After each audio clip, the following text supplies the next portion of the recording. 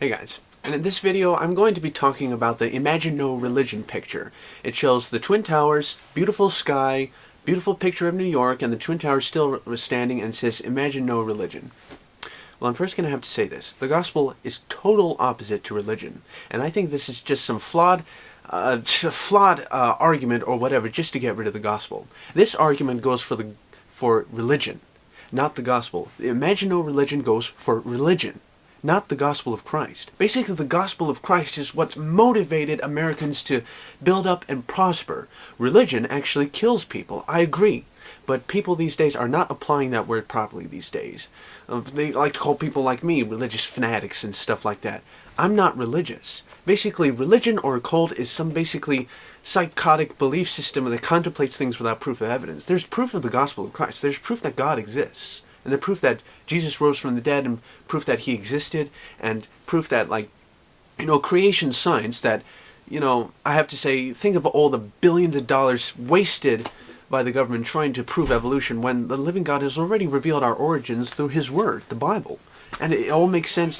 Yeah, I understand there are some supernatural events in the Bible, but supernatural events are still happening today, and it's dangerous to always look for natural explanations for clearly supernatural things. But anyway, let's get back to the topic of this misuse of this picture, Imagine No Religion. I agree. Imagine no Buddhists who would keep killing off Christians with bats. I mean, they were one of the old missionaries in Japan during the 1900s, when he raised up some godly Japanese men to worship God and spread the gospel, the good news. There were some Buddhists who used some baseball bats to attack them. There was the Hindu Mumbai attack, attacking Christians. There's atheist and Darwinistic propaganda, brainwashing millions of kids and children, and so on. Making them lose their moral life and commit crime and so on. I'll talk about that in another video. I mean, imagine no Muslims. The Mideast would be a lot more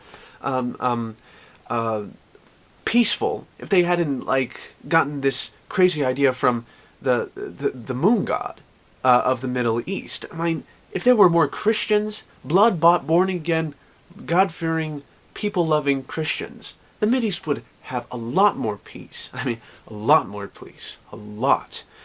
Imagine no Satanism, which is basically Satanism. I'll talk about this in another video, but the very fact that the exact opposite of Christianity, even so far as Satanism exists, that's actually proof that Satan does exist. No other religion has an opposite, but imagine no Wiccan witches and so on. These witches who sell their bodies over to Satan and actually allow him to give them supernatural dark powers to kill their neighbors, commit chaos and stuff like that. I mean, imagine no communists. Imagine no humanists. Imagine no atheism, which is just basic denial of reality, science, reason, logic, evidence, and the Bible, and so on. Imagine no ideologies, religious ideologies, for example, as if they want to define a new term of normal, where just the normal person is someone who cusses, swears, has sex outside of wedlock, is a homosexual, or discriminates or hates Christians, or stuff like that.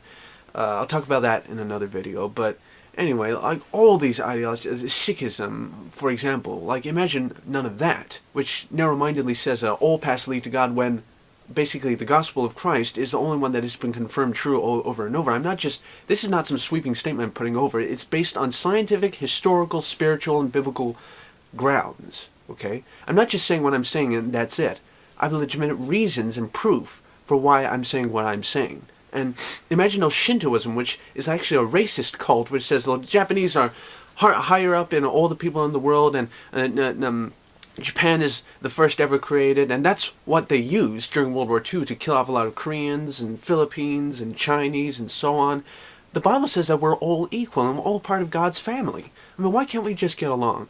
I mean, religion actually does keep us apart, but religion separates us from each other. The gospel of Christ reconciles us to each other. That's the difference. And please, those who use the word religion, please apply it better these days. Basically, and even Catholicism, who during the Dark Ages killed millions of Christians. I mean, that certainly is religion. I mean, religion kills, especially Christians. And basically, Catholicism, it's perverting and distorting the it's nothing but political power as much as Islam. They both have to go. And just think of all the people that could be saved if they went to a Baptist church, got a King James Bible, and actually let God speak to them through the scriptures. And so, the imagine no religion picture goes for religion, not the gospel of Christ.